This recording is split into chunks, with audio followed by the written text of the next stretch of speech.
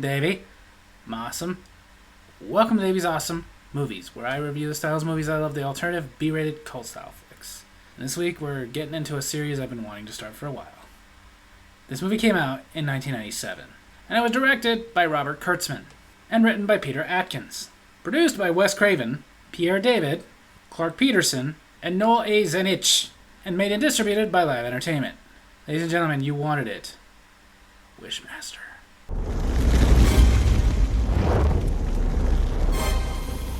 The movie opens with a little narration about the Jinn, or genies, if you will. That's what we call them now.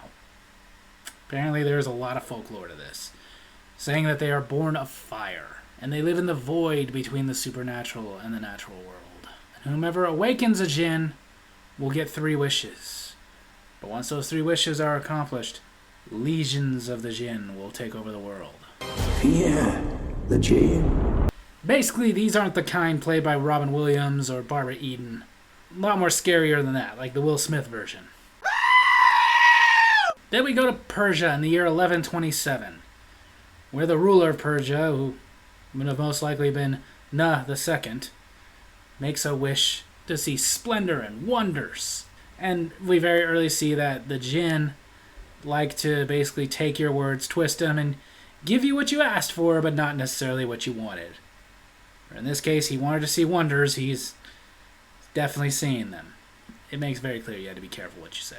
But now we see the king's wizard, and he comes to warn the king, do not make another wish, or this is what it's going to be like all over the world. And then he takes that stone and he traps the Jinn inside of it! So you know there's no chance he'll ever get back out. Except for the fact that we got this movie. Then they go to present-day America, which was 1997, and we get our first 2 cameos. Ted Raimi and Robert Englund. By the way, there are a lot of cameos in this movie, so please forgive me, I'm gonna miss a couple. But basically the director was like, hey, anybody who's ever been in a B-rated horror movie, let's get him in here. I would do the same. But like I said, I can't mention all of them, so if I forgot one you wanted me to mention, please just unbunch your panties and get over it. One cameo we're gonna see later, which is Robert Englund. Ted Raimi, on the other hand, no, thanks to a drunken crane worker.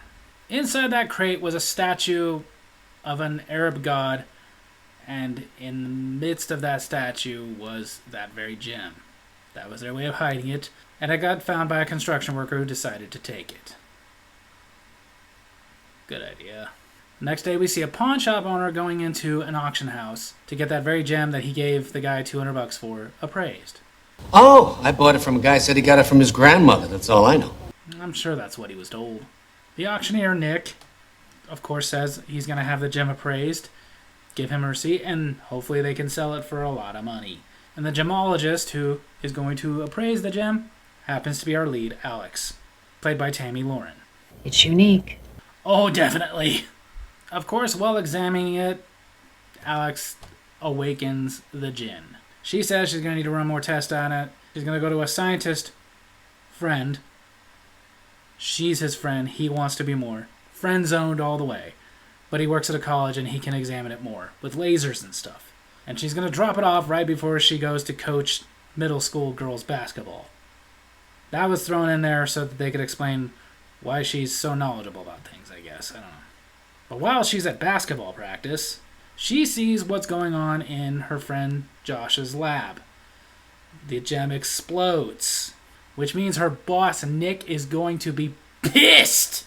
Amidst the explosion, while Josh is sitting there suffering, he looks over and sees... Oh, God. Vern Troyer. That really is Vern Troyer. This was a couple of years before Austin Powers' The Spy Who Shagged Me was out, so he wasn't famous yet. The Jinn crawls over to Josh, and noticing he's in a lot of pain, asks him if he wants to make the pain stop. Of course, Josh says yes. As you wish. I mean, after he's dead, no more pain, so guess he got what he wanted. This also helps the Jinn grow into another form, more man-like, able to stand and walk, but not quite complete. Of course, Alex sees this because her and the Jinn are connected since she's the one who awoke it. And she rushes over to the lab to see Josh dead and be questioned by a detective there who's trying to make sure it wasn't more than an accident. Then we see a bum standing outside of a pharmacy, getting angry because the pharmacist told him to leave because he was panhandling. As he's running away, leaving, cursing, saying he wishes the pharmacist was dead, he runs into the djinn. The djinn asks him to be specific. What does he want to happen to that pharmacist? He'd only get cancer and die.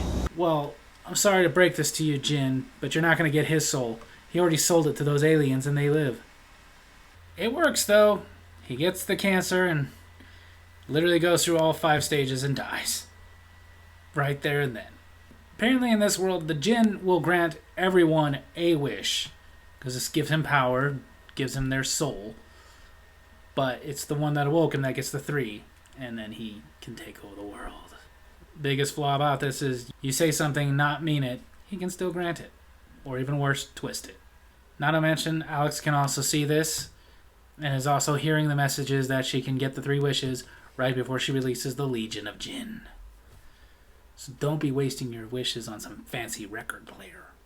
While talking to her sister Shannon, Alex basically says that she feels like Josh dying was her fault. Whatever works. You're imagining things just like the last time. You had a friend die of a gem explosion before? Actually, we find out through their conversation that was a very leading conversation, that there had been a fire and she was able to pull her sister Shannon out but was not able to get her mom and dad out. So she's traumatized. And also very unlucky. But Alex can't shake the fact that something is happening. Something bad. Well, to be fair though, it won't be that bad until we get to the 3rd and 4th movie.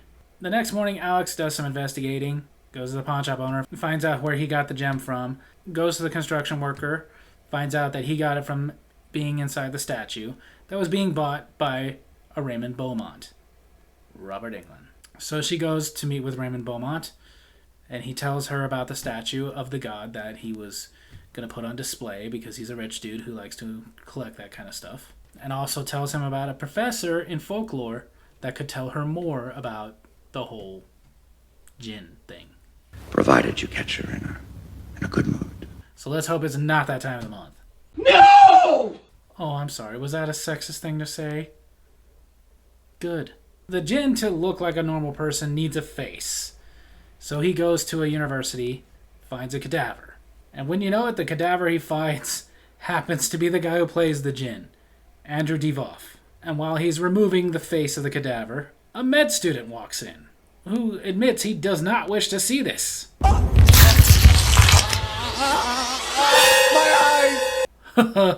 Got him. After Beaumont invites both Alex and her sister to a party he's throwing, a rich people party, we see Alex talking to Wendy, the folklore professor he told her about. And she tells her about the myth behind the stone and the djinn. Basically all the stuff we've already figured out by now. And then after this, we see the djinn in human form, calling himself Nathaniel Demerhurst, buying a suit and talking to the clothing store sales lady, asking her what she would wish for. I wish to be beautiful forever. Pleasure doing business with you. So how are you going to twist this one? By turning her into a mannequin, which hopefully somebody will be able to break that curse, and then she can have adventures with Andrew McCarthy. They can build this thing together, standing forever.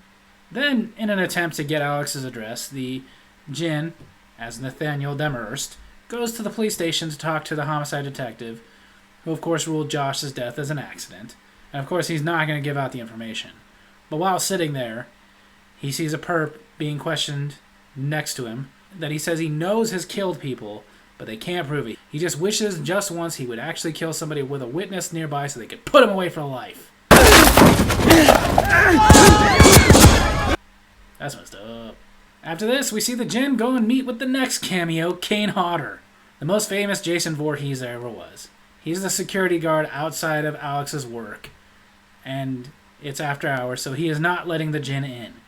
He's telling him if he wants to get in, he's going to have to go through him. And that is something I would love to see. So apparently you don't even have to say the words, "I wish."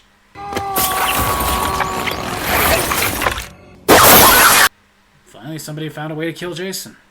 The djinn meets with Alex's boss, who also is not going to give out Alex's address. But as they talk, he basically makes it clear he can grant him a wish. So Alex's boss keeps it simple. He just wishes for $1 million. So how does the djinn make that wish come true? We see a flash over to Nick's mother signing $1 million life insurance policy right before she gets on a plane. And that plane explodes! Shouldn't have touched the wires. Don't care if you get it.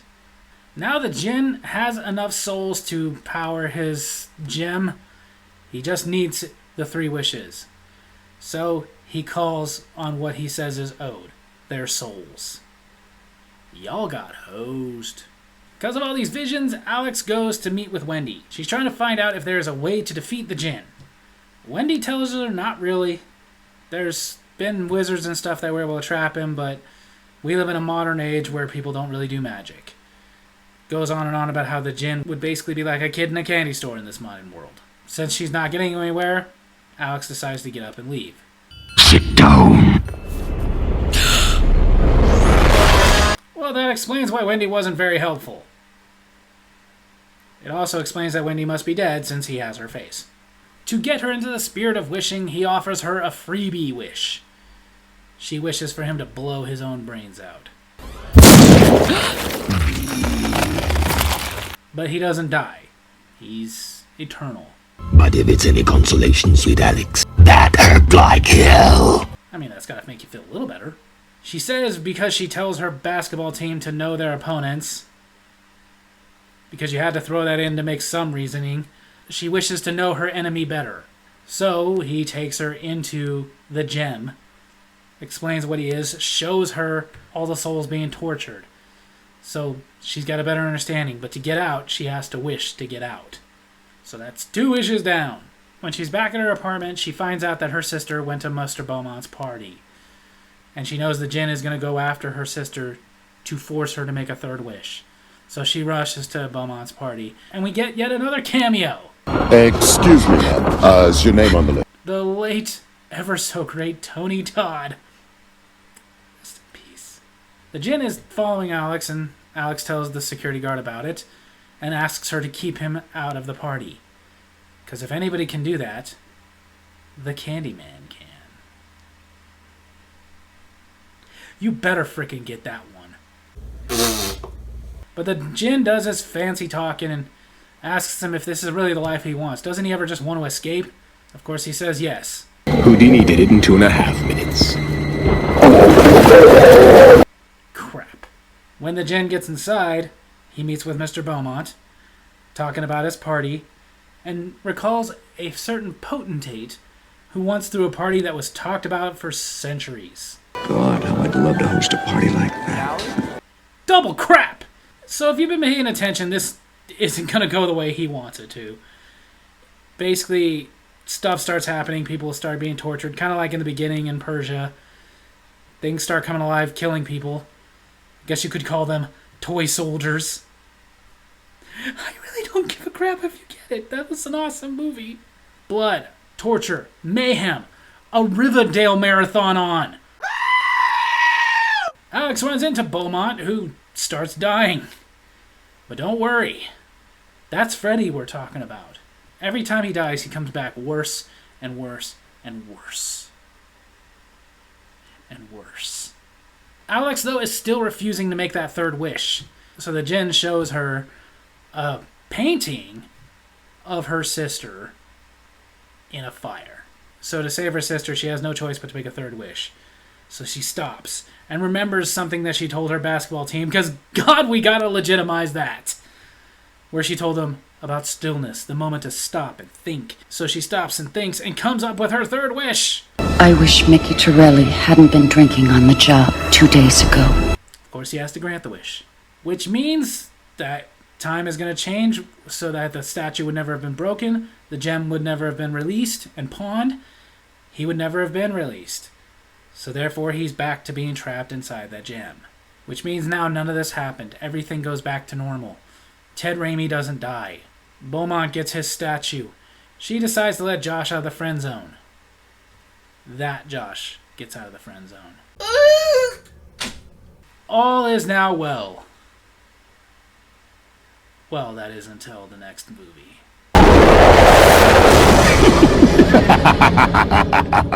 So there you have it. That's a 1997 classic, Wishmaster. Movie's awesome. It did have plenty of success. It had a $5 million budget and did about 15.7 in the box office. So it definitely made money and enough to make them want to make a sequel, which I'm happy about that, because when I was a kid in 97, I remember I saw this. I liked it. I was intrigued. I was like, this is a pretty good movie. It was good enough to make me want to see the sequel, and the sequel was one of the few times that the sequel was better than the first. We'll get to that later. But then they made another sequel and another sequel, and those... We'll get to that later. I will say it mostly has negative reviews, but then again, most horror movies do, because I do gotta admit, like most horror movies, especially 80s and 90s horror movies, acting is not great. The story isn't the most original, but then again, in this case, it was. I think the biggest reason it didn't do well, my personal opinion, is because this is the kind of stuff that got lumped into the genre of like Freddy, Jason, Chucky, Leprechaun, what have you. And by 97, people were kind of over that. It would have honestly been like in the days of Michael Myers, they're trying to revive the Universal Monsters. People had moved on. Especially when you consider the fact that this is Wes Craven's Wishmaster. He's really only an executive producer in name only. He had almost nothing to do with this movie. He was busy making the Scream movies. The movie almost didn't happen, though, as apparently in the studios one day, Robert Kurtzman talked about how somebody did break in and steal the cameras. Obviously, they got him back. Peter Atkins didn't really want to do this movie at first, the writing part, but it forced him to look into the Jinn folklore, and he actually became very intrigued and very into this. Apparently in Jinn folklore, it is true that they are born of flame, and that's why they have blue eyes, because that's the heart of the flame. But it's not quite like this. There's differences. Jinn do grant wishes, not necessarily 3 wishes like we've gotten with the whole Aladdin genie type stuff, but just wishes. They're basically like not angels, but not demons either.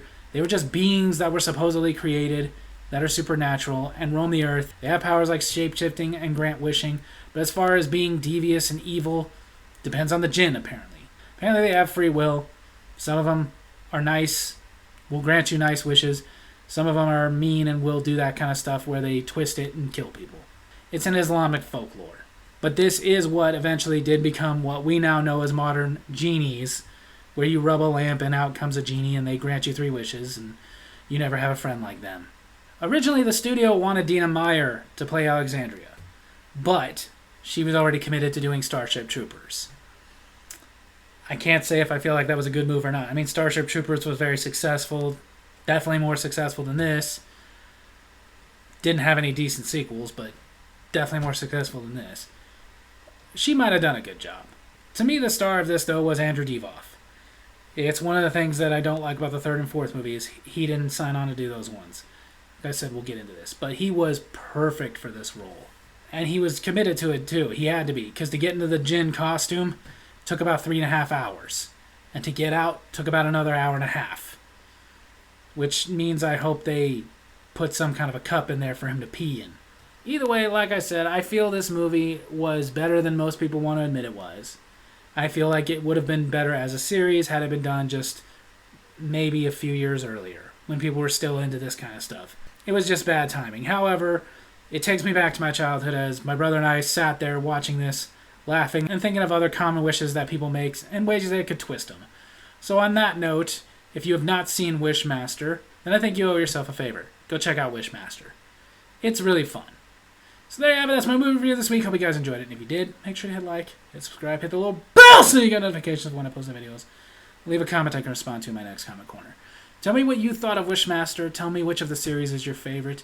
Tell me which is your least favorite. Love you guys.